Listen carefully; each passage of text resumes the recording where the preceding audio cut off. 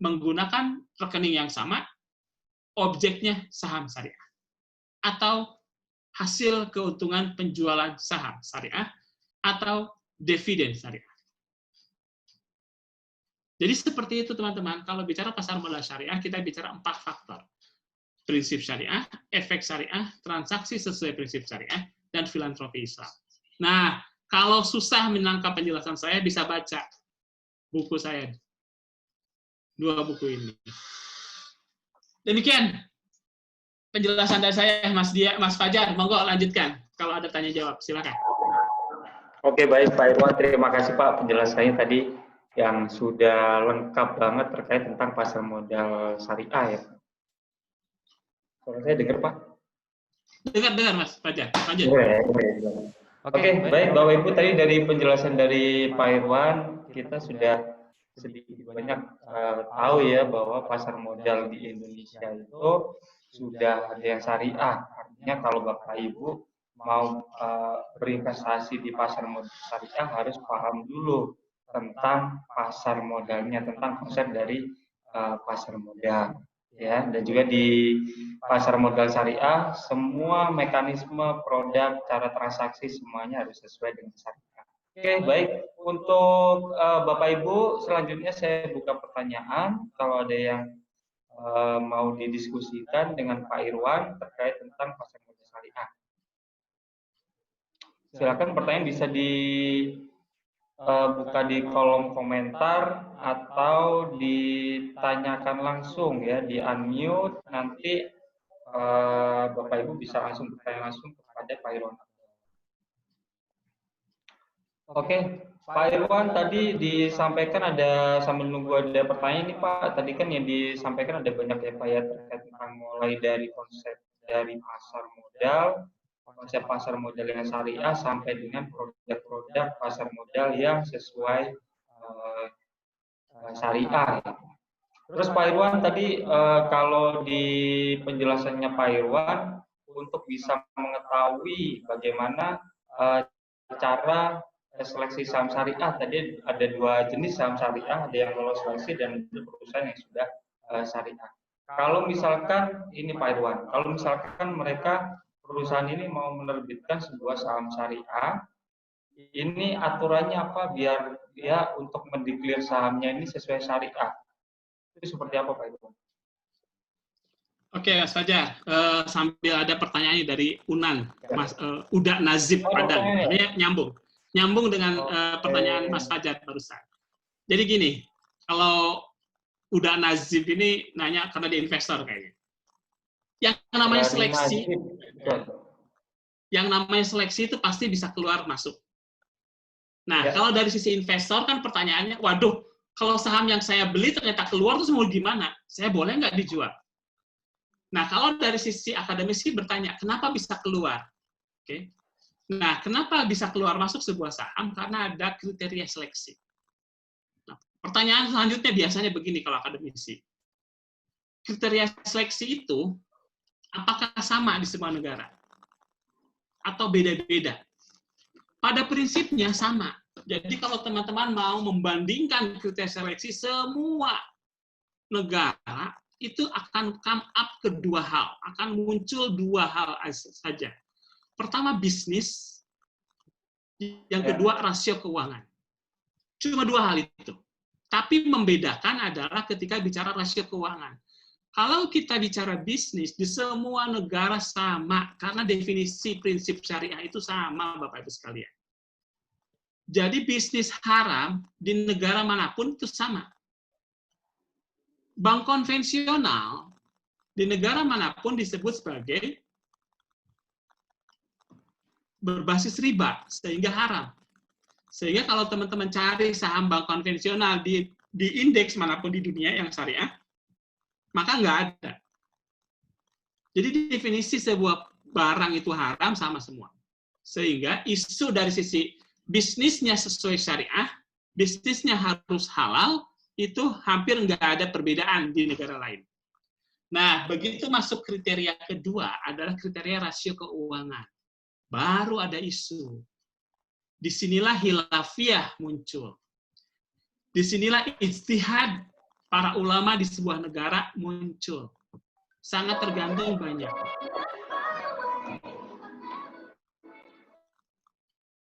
Gitu ya. Yang pertama, kalau kita bicara tentang seleksi yang berhubungan dengan rasio keuangan, yang pertama. Jadi rasio keuangan itu kalau orang manajemen keuangan pasti paham. Sebuah perusahaan dikatakan bagus atau tidaknya tergantung dari dua hal. Pertama adalah sumber pendanaannya, yang kedua adalah sumber pendapatannya. Nah sama, seleksi syariah pun menggunakan kaidah itu, tetapi memasukkan unsur riba. Pak, kenapa ada percentage? Karena di negara manapun di dunia sepakat kalau sebuah perusahaan berbentuk PT, itu masih susah terlepas dari riba. Apalagi kalau perusahaannya tidak mendeklar sebagai perusahaan syariah. Oleh sebab itu, mau bicara sumber pendanaan, mau bicara sumber pendapatan, maka yang dihitung adalah komposisi ribanya. Nah, Indonesia menggunakan seleksi kedua adalah seleksi utang perusahaan yang berbasis riba terhadap aset dengan angka maksimal 45%. Biasanya ditanyakan, kenapa 45%? Kenapa di Malaysia 33%? Sekali lagi saya bilang, itu ijtihadi. Dan bisa berubah, jangan salah. Indonesia, pertama kali peraturan OJK keluar tahun 2005-2006, itu menggunakan apa? Menggunakan angka 85%. Sekarang 2009 diganti menjadi 45%. Utangnya pun harap diingat, bukan total utang ya Bapak Ibu sekalian, tapi utang berbasis riba. Artinya, kalau dia menerbitkan sukuk, perusahaan itu melakukan pembiayaan dari bank syariah, dikeluarkan. Karena itu adalah utang yang tidak riba. Pak, kan utang. Nah, ini masalah akunting. Masalahnya dalam akunting itu belum dibedakan antara pembukuannya, antara utang dan pembiayaan. Sehingga di kelompoknya tetap di liabilities kolomnya. Nah, tetapi dalam definisi rasio dibedakan. Oke, nah yang ketiga itu adalah rasio pendapatan. Kalau ada pendapatan non halal harus dikeluarkan. Kalau ternyata maksimal angka 10%, kalau dia lewat dari 10%, maka dia nggak lolos. Nah itu, jadi sebuah saham itu ada lolos seleksi ada 3. Karena ada kriterianya, maka ada kemungkinan perusahaan tersebut berubah kriterianya seiring waktu. Misalnya sekarang dia lolos seleksi. Kemudian 2 bulan lagi dia terbitin obligasi sehingga utangnya gede. Seleksi yang kedua nggak lolos. Bisa. Gitu ya. Nah, kalau dari sisi investor gimana nih? Ini pertanyaan Uda Nazib nih. Karena dari Padang saya panggil Uda ya. Uda Nazib nih nanya, kalau saya gimana? Ada 2. Kalau mau tenang, begitu dia keluar, segera jual.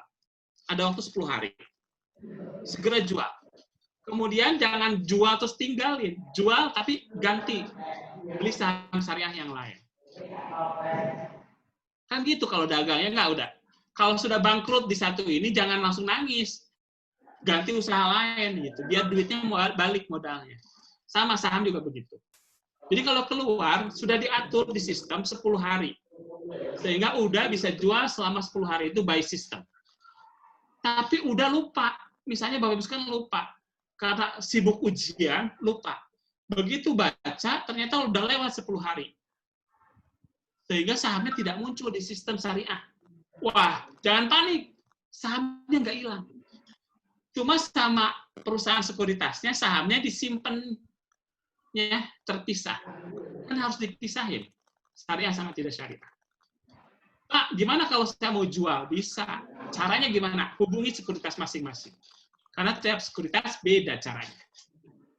Gitu ya udah Nazib ya. Jadi tenang aja, nggak usah panik. Bisa kok dijual lagi. Gitu.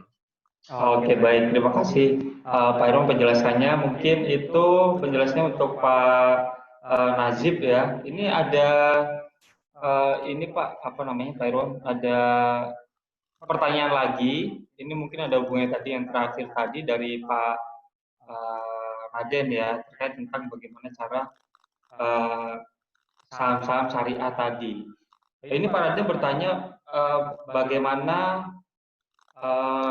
cara menyikapi investor besar yang mampu mengatur harga di pasar saham, atau ada istilah bandarmologi, misalkan seperti peristiwa sekuritas asing yang membuat ARB saham PTBA. Bagaimana, apakah peristiwa tersebut ada kemungkinan juga terjadi di pasar modal syariah, di emiten-emiten atau saham-saham syariah? Mungkin gimana ini penjelasannya Pak? Nah, ini ada dua penjelasan Pak Raden. Banyak orang bilang, kan Pak, itu ada goreng-goreng, kok nggak syariah dong? Jadi bedain. Barangnya tetap syariah, yang melakukan yang tidak syariah. Sama persis seperti kita jual beras di pasar. Beras kan halal. Tetapi kalau dia jualnya, timbangannya dikurangi, yang jualnya tidak halal. Pembelinya gimana? Lah kalau pembeli, kalau misalnya dia tidak tahu, ya udah, nggak jadi haram. Tetapi kalau pembelinya dari awal sudah tahu, terus kita coba-coba, siapa tahu nih, wah udah tahu lagi digoreng nih, lagi dimain-mainin nih sahamnya, siapa tahu nih bisa untung. Terus kita sengaja ambil posisi. Hati-hati, itu bisa jadi gharar. Karena kita menjadikan resiko sebagai objek. Gitu ya Pak Raden ya. Silakan. Oke, baik. Terima kasih Pak Irwan penjelasannya. Jadi termasuk mekanismenya seperti apa cara praktek jual belinya ya Pak. Kalau saham tersebut, saham yang syariah, dipastikan saham itu syariah sebelum dari MUI. Baik Pak Irwan, kita lanjut lagi untuk pertanyaan selanjutnya. Ini ada dari Pak Ainul, dari UINSA. Pak Ainul punya rekening saham, jadi dia ingin menempatkan warisan berupa saham kepada calon anaknya ya. Mungkin sekarang masih belum punya anak. Ya, apakah hukum di rekening syariah sesuai dengan fikih faraid atau fikih warisan? Ini saya juga nggak begitu paham nih Pak. Fikih faraid atau fikih warisan, hukumnya untuk apa? Wariskan saham syariah ini seperti apa? Dari Ainul. Ainul dari UINSA. Oh, ini udah kayaknya lagi hamil nih kayaknya. Jadi gini, Mbak kayaknya ya. Jadi gini Mbak, atau Bapak Ibu sekalian. Pada saat Bapak Ibu sekalian mengisi formulir, sebenarnya kalau hukum waris itu selesai lah. Nggak usah diributin, karena pada saat Bapak Ibu sekalian mengisi formulir ya, formulir, rekening efek syariah, itu akan ditanya, siapa ahli waris? Nah, definisi ahli warisnya apa? Pasti merujuk ke hukum waris. Karena kalau ada isu masalah hukum dibawa ke pengadilan, jadi saya pernah ditanya, karena saya juga rutin sebagai narasumber sertifikasi hakim agama, itu pernah ditanya, Pak gimana ya statusnya? Jadi Bapak kalau ada kasus waris gimana? Di-tag dulu. Nah nanti dicek, misalnya ternyata sesuai hukum waris, tanya dulu, Bapak Ibu sekalian ngisi misalnya belum punya anak nih, ngisi ibunya. Begitu yang pemilik rekening ini meninggal, karena di formulir ngisi ibunya, maka otomatis si saham yang dimiliki oleh pemilik rekening ini akan jatuh ke ibunya warisnya. Kalau ibunya meninggal, nah itu gimana hukum warisnya? Ngikutin hukum waris yang berlaku. Pak, boleh nggak saya ganti? Boleh. Misalnya tadinya belum punya anak, pakai isi formulir ke ibunya. Kemudian punya anak, diganti jadi anaknya. Misalnya diminta ganti ke perusahaan sekuritas. Saya mau ganti ahli warisnya jadi anak. Jadi ketika meninggal, maka otomatis yang jadi ahli waris adalah anaknya. Jadi mohon maaf, pada saat awal, mohon maaf ya bapak-bapak terutama, gitu, nggak bisa mewariskan ke istri siri gitu. Oke. Gitu ya. Jadi sesuai dengan hukum yang berlaku. Apalagi sekarang, kalau ada kasus yang berhubungan dengan investasi syariah akan dibawa ke pengadilan agama. Pengadilan agama sekarang hakim-hakimnya sudah wajib sertifikasi tentang ekonomi Islam, salah satunya pasar modal syariah. Gitu Mas Fajar. Oke, baik Pak Irwan. Jadi tadi udah jelas banget disampaikan bahwa untuk waris termasuk di saham juga akan disesuaikan dengan hukum waris yang ada di Indonesia. Sebenarnya ini ada hubungannya Pak Irwan dengan tadi pertanyaan yang pertama dari Pak Nasif tadi ya, bahwa ini kan kalau hukum waris berarti nanti harapannya adalah simpan uang dalam jangka panjang ya Pak ya, nanti sampai diwariskan ke anaknya kalau bisa, kan seperti itu. Nah, hukumnya gimana nih Pak? Misalkan tadi setelah 10 hari nggak sempat jual, nah ini nggak sampai bertahun-tahun, bahkan sampai bisa dapat dividen secara rutin setiap tahun. Nah, itu hukumnya gimana Pak? Padahal saham ini misalkan nanti sudah keluar dari daftar efek syariah, tapi kita tetap dapat dividennya. Hukumnya gimana? Jadi gini, itu seperti kita beli punya barang yang tadinya halal menjadi haram. Ya. Gitu. Itu ada dua pendapat. Gitu. Otomatis kalau mau tenang nih, ambil jalur yang paling aman, paling hati-hati. Jadi kalau paling hati-hati itu adalah jangankan dividennya, Mas Fajar. Kalau kita dijual di hari ke-12 aja, ada sebagian dari penjualannya yang yang tidak boleh diambil. Kalau ada kondisinya nih. Ceritanya agak panjang, tetapi intinya adalah kita sangat hati-hati sehingga kalau sahamnya sudah keluar dari syariah, terus kemudian bagi dividen pada saat tidak syariah kita masih memiliki. Kalau mau ngambil jalur tengah, yang hati-hati, dividennya nggak boleh diambil, langsung disalurkan ke dana sosial. Karena itu dividen dari barang haram. Karena nggak syariah kan barangnya, lebih salurkan aja. Pak, sahamnya boleh nggak dijual? Kalau mau mulih nggak dijual, silahkan. Karena siapa tahu nanti balik lagi gitu misalnya, silahkan. Itu adalah keputusan pribadi. Tetapi kalau mau hati-hati, saran saya, begitu dia keluar, jual, ganti saham yang lain. Meskipun niatnya mau untuk jangka panjang.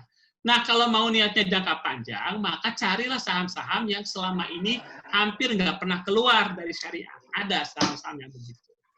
Atau belilah saham yang perusahaan syariah. Gitu. Ya. Oke. Pak Irwan, bagaimana Pak cara untuk mengetahui mana saham yang sering nggak keluar di daftar efek syariah? Harus di-reset, itu harus di-reset, mau nggak mau. Oke. Harus di-reset. Ya harus dikaji. Nggak bisa langsung kelihatan. Oke, baik Pak Irwan, terima kasih untuk ulasannya. Ini ada lagi pertanyaan dari Ibu Ririn, Pak Irwan, dari Univ Jombang. Yang pertama adalah bagaimana pengelolaan potensi zakat atau wakaf di Indonesia. Untuk saat ini, hanya rekening efek sekuritas yang berpartisipasi. Kenapa tidak dibuka untuk semua investor yang beragama Islam? Atau mempunyai saham pada sekuritas yang konvensional bisa berpartisipasi. Terus ada dua pertanyaan dari Bu Ririn. Yang kedua adalah di negara Asia yang bisa jadi kiblat wakaf zakat wakaf saham di negara mana ya, dan kenapa itu bisa berhasil? Pertanyaan itu Pak Irwan. Yang pertama adalah potensi zakat dan wakaf. Jadi gini, kalau bicara potensi, ya kalau bicara potensi semua orang sepakat lah, potensinya besar banget. Masalahnya adalah yang jangankan yang sunnah gitu, yang wajib aja masih banyak yang nggak mau bayar. Zakat itu kan wajib, apalagi kita bicara wakaf dan sunnah. Jadi bedakan antara fakta dan potensi. Kalau potensi itu gede banget. Di pasar modal syariah aja simple aja. Di pasar modal syariah ya, investor syariah yang melakukan transaksi per posisi bulan Mei aja, ini investor syariah tok ya. Per posisi bulan Mei aja, total nilai transaksinya itu udah 1,5 T per bulan Mei. Bandingkan kalau potensi infak wakafnya dari situ. Ya, kalau potensi gede lah. Apalagi kalau kita bicara potensi semua. Nah, tetapi kok yang lain nggak boleh sih Pak? Kok hanya perusahaan sekuritas aja yang punya itu? Itu juga nggak semua perusahaan sekuritas. Karena bukan masalah boleh tidak bolehnya, Bu. Tapi masalah sistemnya. Karena kalau kita bicara tentang sebuah transaksi zakat, infak, wakaf, maka kan itu ada yang namanya syarat sah sebuah transaksi. Nggak bisa sembarangan. Satu. Yang kedua, ada sebuah proses di back office perusahaan sekuritas. Jadi kalau perusahaan sekuritas itu tidak bisa menerima, nggak bisa maksain. Karena dia berarti belum siap. Gitu. Harapan kita sih semua siap. Kenapa harus saham syariah, nggak saham konvensional? Ya namanya juga mau ini masa pakai barang haram? Gitu. Masa mau beribadah pakai barang haram? Gitu. Sesimpel itu sih. Oke, baik. Terus untuk kiblatnya di mana, Pak? Kalau apakah Indonesia sudah jadi kiblat atau masih melihat dari negara-negara yang lain yang pasar modal Indonesia itu unik ya. maju? Gini, kalau kami mengembangkan produk tuh berdasarkan dengan uniqueness atau karakter bangsa Indonesia. Indonesia itu adalah retail market. Jadi yang kami kembangkan itu adalah wakaf, zakat, infak buat retail. Dan ini di negara lain belum ada. Kalau bentuknya buat perusahaan, Malaysia Johor yang terkenal. Jadi pasar modal syariah, wakaf, perusahaan, saham, tapi perusahaan. Malaysia yang terkenal. Sudah ada sukses story-nya di Johor terutama. Kalau wakafnya bentuk bukan pasar modal, itu banyak lah. Yang paling sering dibahas adalah Zam-Zam Tower. Itu juga wakaf, tapi bukan lewat pasar modal. Tapi kalau lewat pasar modal, perusahaan, itu Malaysia biasanya dibahas. Indonesia kita bikin produk khusus, yaitu untuk retail market. Jadi teman-teman dengan modal duit 100.000 untuk modal investasi bisa wakaf, bisa infak, gitu. Itu yang kita kembangkan. Jadi agak beda, belum ada kiblatnya. Mudah-mudahan kita yang jadi kiblatnya nanti. Oke, baik. Untuk pasar modal memang masih tadi dari Malaysia ya, seperti Pak sampaikan tadi. Kalau di Indonesia memang produknya disesuaikan dengan investor retail. Nah, ini untuk investor retail ada yang nanya lagi Pak terkait ORI. Kalau dari namanya aja udah pasti bukan syariah Pak ya. Dari Bapak atau Ibu ya ini ya. Dari Endri Artomi, kalau ORI 017 yang terakhir. Wah, Mas Fajar kayaknya gangguan deh. Saya bacain deh ya, dari Mas Endri ya. Jadi ORI 17 itu namanya ORI, obligasi retail, artinya tidak syariah. Kalau mau yang syariah, cari SR, sukuk retail, atau ST, sukuk tabungan. Itu yang versi syariahnya. Gitu ya Mas Endri ya. Jadi ORI itu bukan syariah, karena obligasi. Surat utang itu. Kalau mau, kemarin sudah lewat yang SR, nanti tunggu ST, sukuk tabungan akan terbit. Oke, saya sendiri cari deh pertanyaan-pertanyaannya gitu.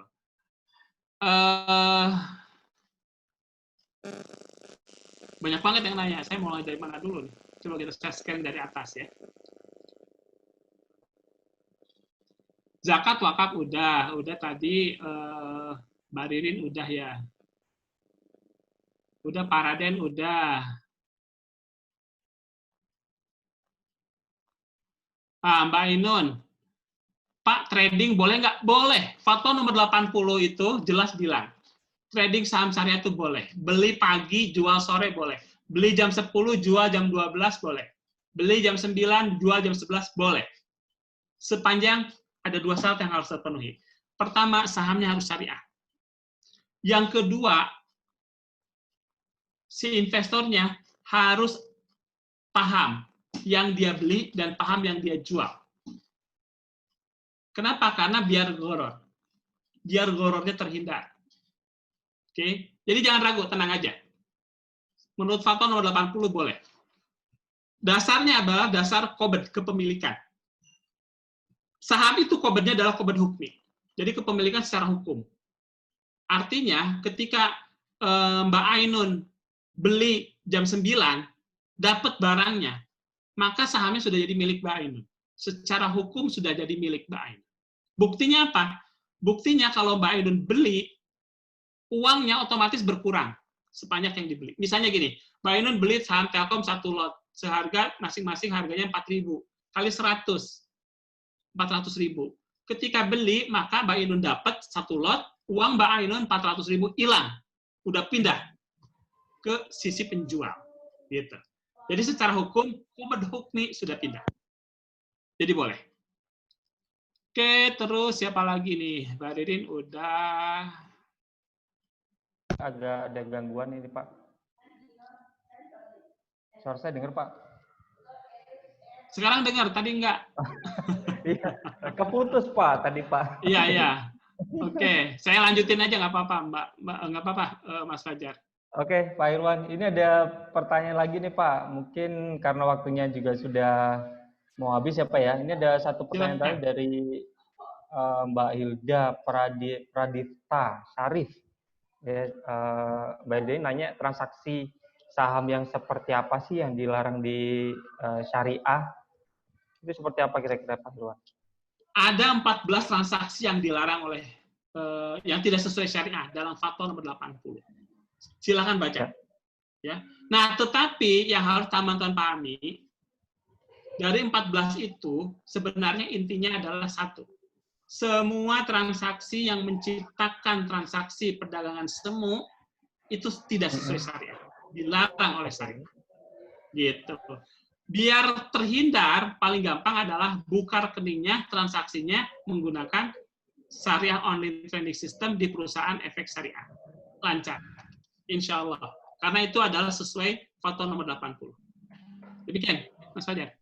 Oke, baik Pak Irwan, terima kasih. Ini ada satu lagi nih Pak, bagaimana caranya mendapatkan buku dari Pak Irwan nih? Ataukah dapat gift mungkin Pak? Ini dari ada yang nanya tadi bagaimana cara di untuk online mendapatkan banyak, kalau sekarang kan masih pada buku tuh, buku di online banyak, search aja.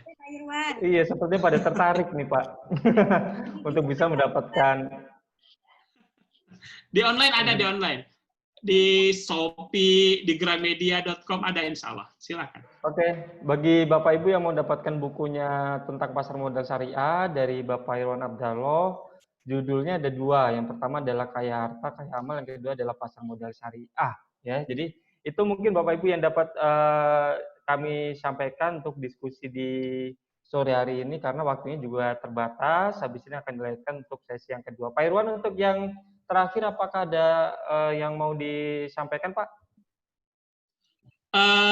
Enggak lah, pokoknya closingnya buat teman-teman jangan ragu ya ketika jadi memutuskan untuk menjadi investor syariah itu, karena ketika teman-teman menjadi investor syariah dapat dua hal, dapat untung dan insya Allah dapat pahala.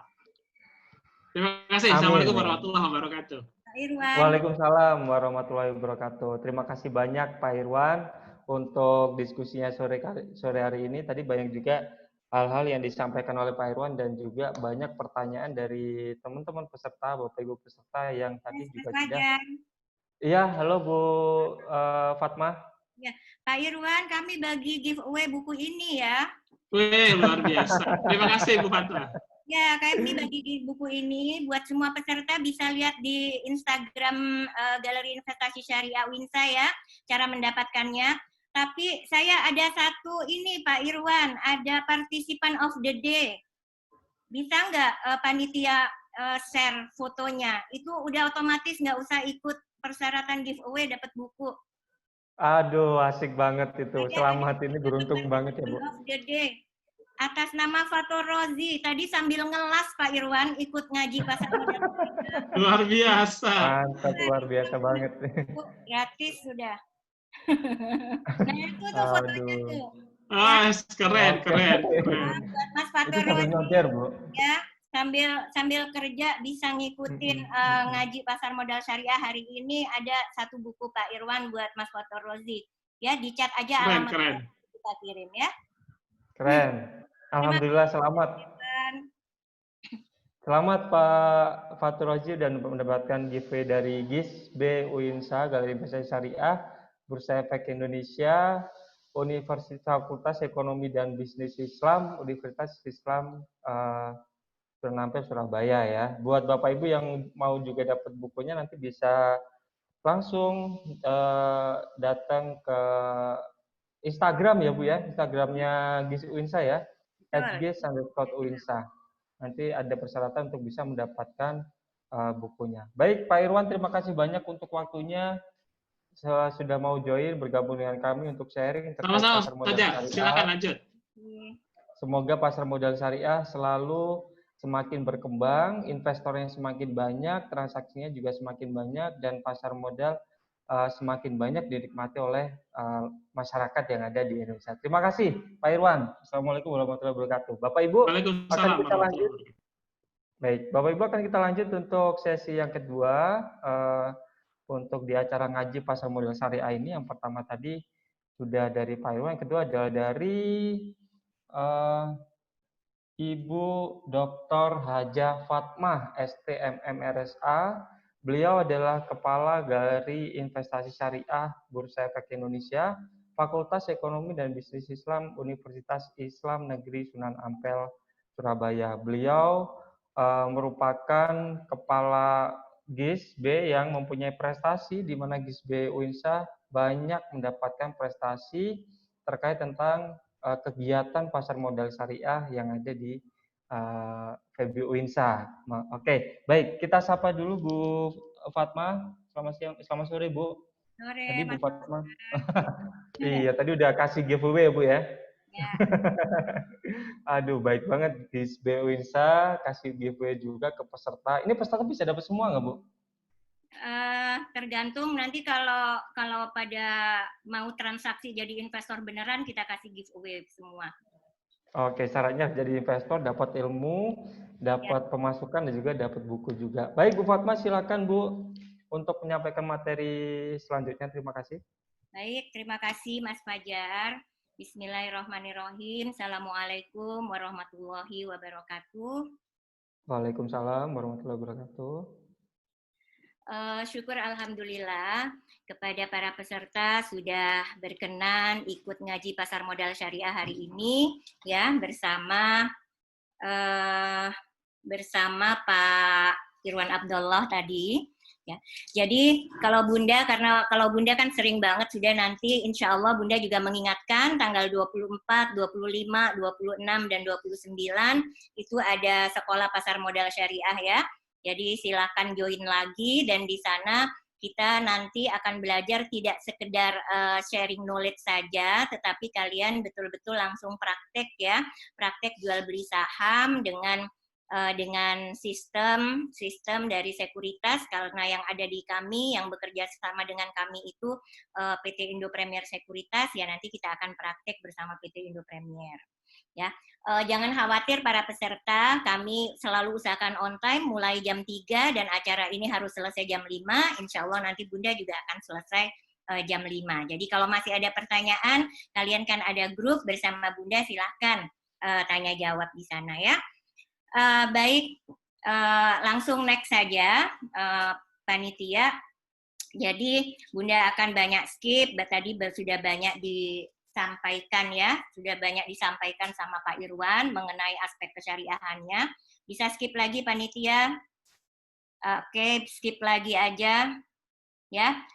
Jadi ini indeksnya ya, ini adalah indeks literasi dan indeks inklusi pasar modal syariah, kalian bisa lihat ya, hanya 0,02% yang paham dan 0,01% yang join ya, sudah menjadi investor. Artinya apa?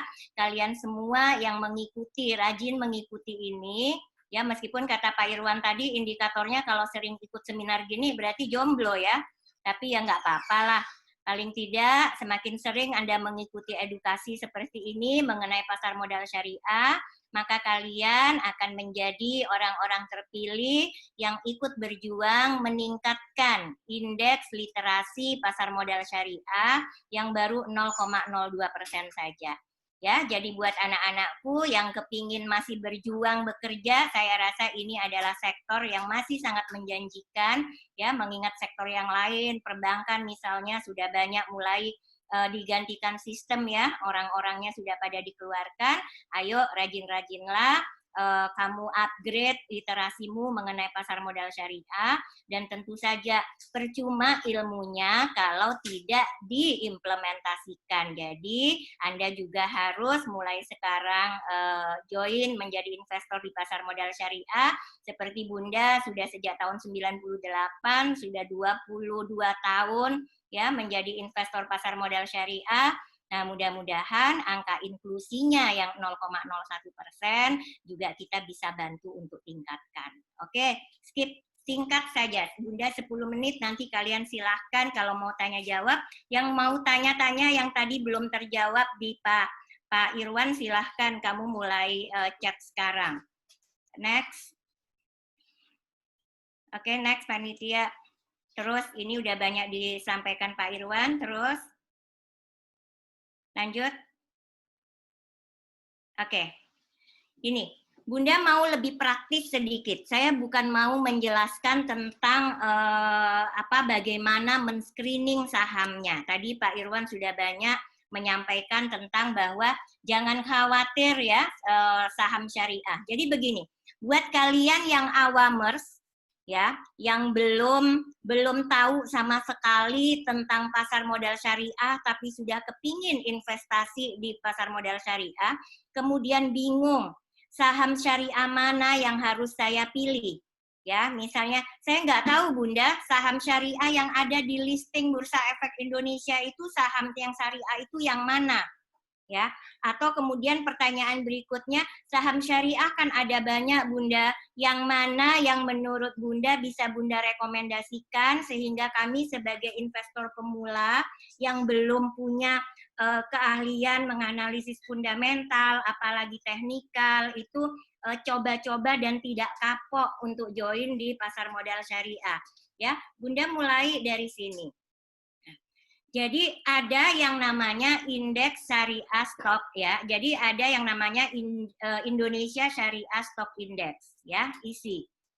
ISI ini adalah kumpulan saham-saham syariah. Jadi kalian tinggal googling saja, cari di ISI, semua yang listing ada termasuk di dalam Indonesia Syariah Stock Index, maka itu adalah saham syariah. Tapi yang paling gampang, kalau kalian sudah gabung dengan Syariah Online Trading System, ya, dengan SOTS yang sudah ditawarkan sama 18 sekuritas yang ada di Indonesia, ya, dengan SOTS itu otomatis semua yang ditawarkan di sana adalah saham syariah. Jadi sudah tidak perlu berpikir lagi apakah ini saham syariah atau bukan, ya. Nah, kalau mau tahu dasarnya apa, ini. Jadi screeningnya seperti ini, dan tadi sudah dijelaskan oleh Pak Irwan Abdullah. Jadi kalau mau tahu saham-saham syariah itu yang mana, lihat aja Indonesia Syariah Stock Index, atau semua yang ada di SOTS, di Syariah Online Trading System, itu semua pasti saham syariah. Ya. Nah, kalau pertanyaannya kemudian saham mana yang harus kami beli, Bunda? Maaf untuk yang masih investor konvensional ya. Sebenarnya kalau kita bicara indeks saham syariah, apakah itu Jakarta Islamic Index, ataukah Indonesia Syariah Stock Index, ataukah Jakarta Islamic Index 70, JII 70, kalau kalian buka itu, indeksnya pasti itu lebih tinggi dari yang konven. Ya. Artinya apa? Artinya secara fundamental neraca perusahaan yang syariah itu lebih sehat. Ya. Jadi sebenarnya kalau kalian mau investasi di saham-saham syariah itu ya memang lebih aman. Ya. Jadi indeks ya, sejarah sudah membuktikan bahwa indeksnya syariah selalu lebih baik. Kalau kemudian di sini ada yang mahasiswa atau ada yang dosen, mesti kan tanya, apa teorinya Bunda kok bisa indeksnya dia lebih baik? Tadi Pak Irwan sudah sampaikan, syaratnya bisa masuk di dalam saham syariah itu kan perusahaannya, ya itu nggak boleh punya utang berbunga dalam jumlah yang besar. Ada screeningnya kan, rasio hutang berbasis riba terhadap total aset kurang dari atau sama dengan 45%. Itu aturan OJK. Ya. Tapi lepas dari situ artinya apa? Kalau utang ribanya itu kecil, itu yang membuat neraca mereka sehat. Ya. Yang membuat neraca keuangan mereka sehat. Karena utangnya kecil. Itu makanya indeks syariah itu selalu lebih baik dari IHSG. Jadi kalau kalian mau bertransaksi dengan saham syariah, insya Allah secara general itu saham syariah itu sudah saham aman. Ya, kita bicara amannya dulu. Ya, belum bicara saham mana yang harus dibeli, karena saham mana yang harus dibeli ya berkaitan duitnya ada berapa, kan begitu. Ya. Tetapi tidak perlu khawatir. Jadi, yang pertama kalau mau tahu dia saham syariah atau tidak, lihat Jakarta Islamic Index, lihat Indonesia Syariah Stock Index, lihat JII 70 yang listing di sana semua saham syariah. Indeksnya selalu lebih tinggi dari IHSG. Kenapa tadi? Karena porsi utangnya lebih rendah, sehingga neraca perusahaannya lebih sehat. Nah, kalau sekarang saham syariah mana yang dipilih Bunda? Ya lihat lagi indeks itu yang masuk di indeks. Jadi kalau men-screening indeks, next coba panitia. Ya. Jadi misalnya ini. Ya. Jadi saham syariah ini pertama itu kan dipilih seluruh saham syariah yang masuk diisi, ya. Nah, setelah itu diambil 60 saham dengan kapitalisasi terbesar. Ya. Jadi kapitalisasinya paling gede. Jadi kalau bicara blue chip itu kalau kapitalisasi pasarnya di atas 10T. Nah, kalau sudah masuk di saham blue chip yang kapitalisasi pasarnya segede itu insya Allah udah saham aman itu. Ya. Kalau blue chipnya mahal-mahal gimana Bunda? Bagaimana dengan second liner atau third liner? Ya, saham lapis 2, saham lapis 3. Lihat aja di indeksnya. Ya. Jadi dari situ nanti setelah di screening 60 saham dengan kapitalisasi terbesar, nanti akan muncul 30 saham dengan nilai transaksi terbesar. Apa artinya saham dengan nilai transaksi terbesar? Ini yang paling banyak dibeli orang, gitu loh. Ya, jadi kalau kalian belum punya ilmu fundamental, belum punya ilmu teknikal, kalian bisa pakai indeks ini. Jadi jangan kemudian menyimpulkan judi dong Bunda. Enggak, ini enggak gambling, ini sudah ilmu. Yang Bunda sampaikan adalah ilmu yang paling dasar. Kalau kalian belum bisa menganalisis fundamental dan teknikal, ilmu paling dasarnya adalah lihat indeks. Karena di dalam indeks itu sudah dibantu kalian itu mana saham yang dibeli paling banyak sama investor. 30 saham dengan nilai transaksi terbesar. Udah aman itu masuk di situ. Ya. Nah, jadi ada banyak indeksnya. Ada JII, ada ISI, ada JII 70, silahkan. Itu.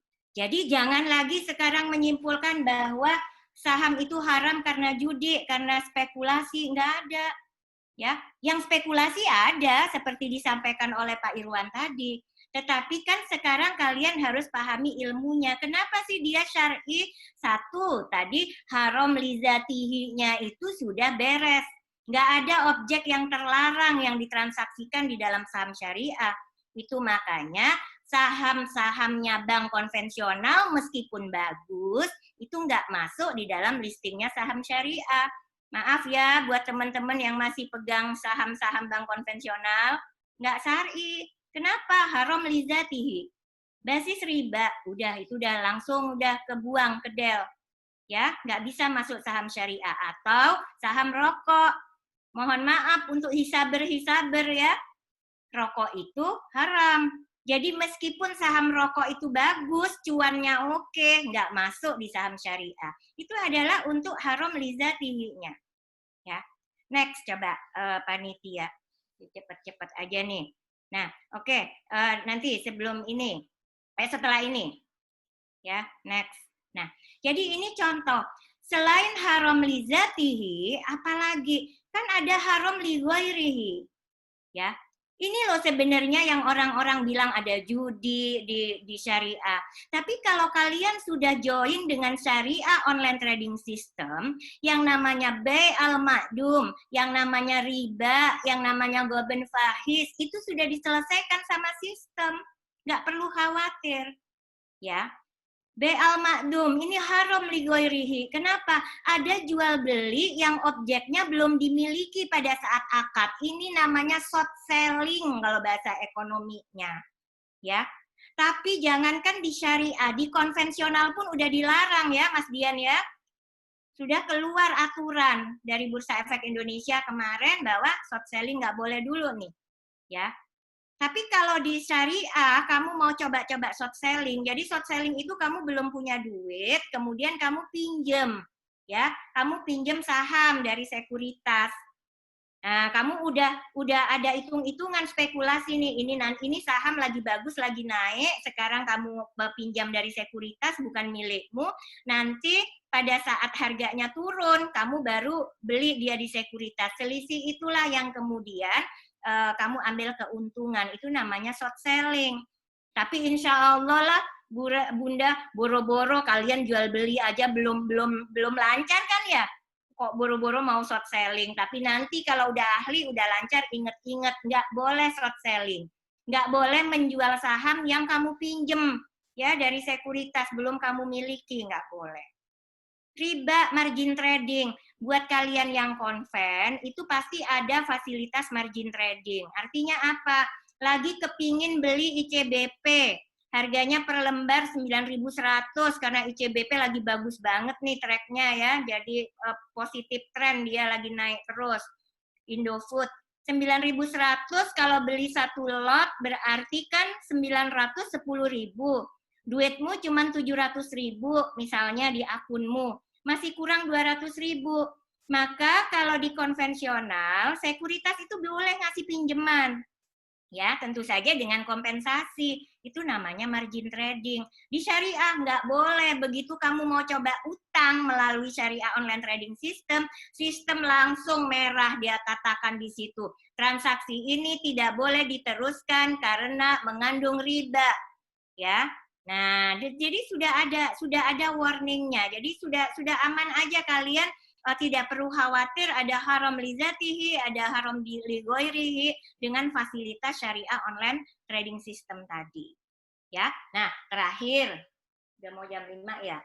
Coba, ini Bunda mau kasih rekom saham. Tadi sudah ada di grup yang tanya-tanya, Bunda saham syariah apa nih yang harus dibeli? Ya, beli saham syariah apa? Kalau Bunda, jadi ini sih kembali kepada karaktermu ya. Apakah kamu seorang yang agresif, atau kamu seorang yang moderat, atau kamu seorang yang konservatif. Ya, kalau Bunda orangnya konservatif, nggak begitu suka resiko, sukanya yang aman-aman, dan saham itu memang tadi ada Ainul ya yang tanya untuk waris ya. Kalau kata Bunda, langkah pertama yang harus Anda lakukan adalah menikah dulu. Ya, jangan tanya waris dulu. Ini Ainul yakin kan ya? Ya, menikah dulu baru tanya masalah waris. Tetapi yang harus kamu pahami adalah buat orang-orang seperti kami yang konservatif, saham itu memang kita niatkan untuk waris. Ya, kita bicaranya jangka panjang, kalau nanti